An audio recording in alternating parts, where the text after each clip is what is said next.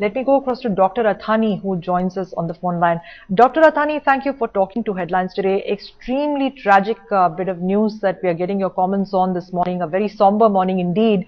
But a lot of questions have been raised on the decision to transport this young girl in a critical condition to a Singapore hospital.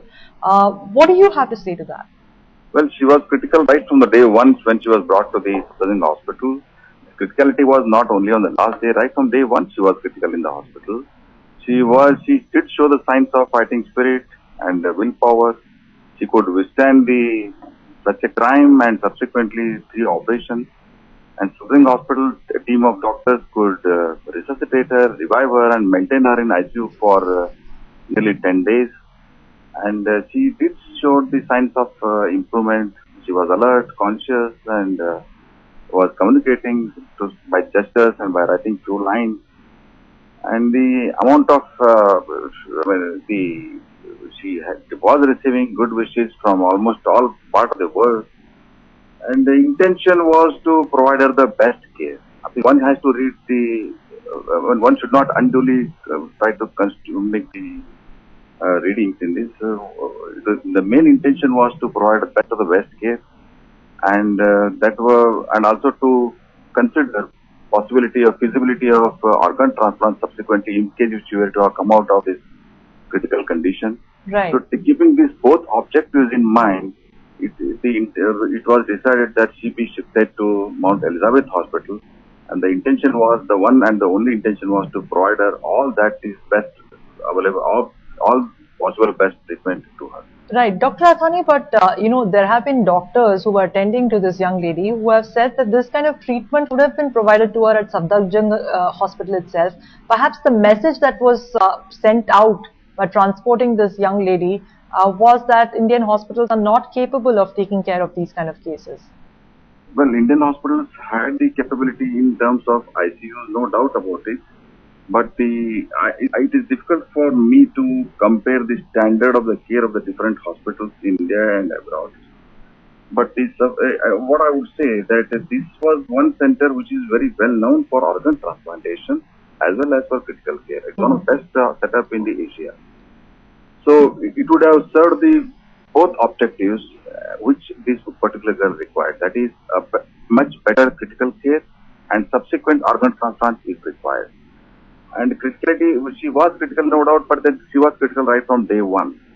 Right. So that was the intention behind shifting. Right. Dr. Athani, if she was critical from day one, was the decision to transport her perhaps taken a little too late? Would it have been different had she been shifted to another hospital, this multi-speciality hospital earlier? It was not possible to instantaneously shift her from day one to there. Because she had to, first of all, she had to immediately undergo exploratory laparotomy on day one on emergency basis. She came with a very rigid bleeding abdomen, and that was not the time when, at least after some stability, this option could have thought of. Not earlier than this.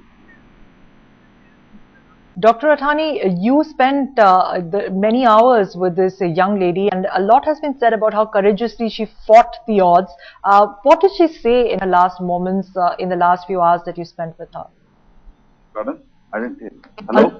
Dr. Athani, a lot has been said about how courageously this girl fought the odds to stay alive and how she expressed a will to stay alive. You spent a lot of time with her. Can you tell us what the last hours were like? What did she say? Last hours, well, from subsequent to the third operation, she never regained consciousness. Her consciousness level was very low. So last hour, I was not there in Singapore. What is it? I don't know. But Dr. Athani, you spent several days with her, and a lot has been talked about the fact that despite this heinous nature of this crime and the grievous injuries that she suffered, she really wanted to live. Yes, she wanted to live. She was communicating with her mother, and she did communicate with a team of treating doctors and paramedical staff. And well, she was never aware of the severity of the injury that she sustained. She was never made aware of it. She was totally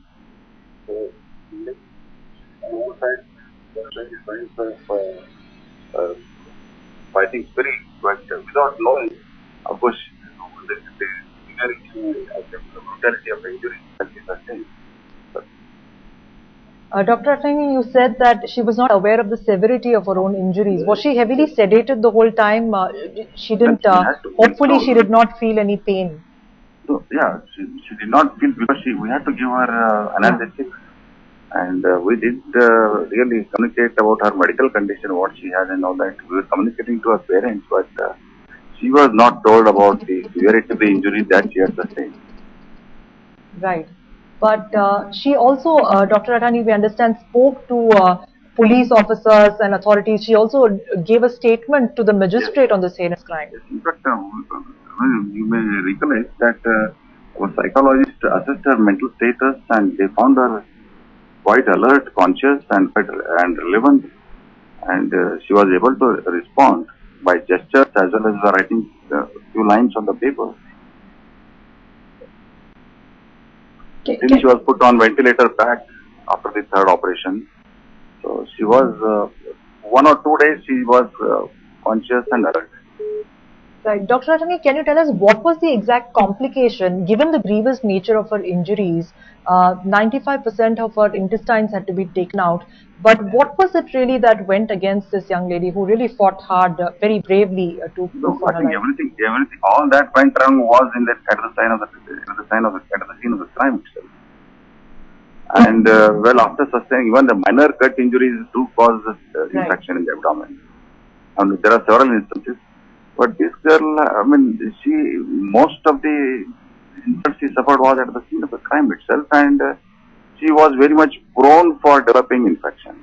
There was no scope for averting the infection in her case because the entire abdomen was subjected to so much of injuries which cannot be described. Was there really no hope in saving her, considering the nature of her injuries, Dr. Athani? Well, hopes were less, but we couldn't have given up. We did put in our best efforts. Hopes were less. Right.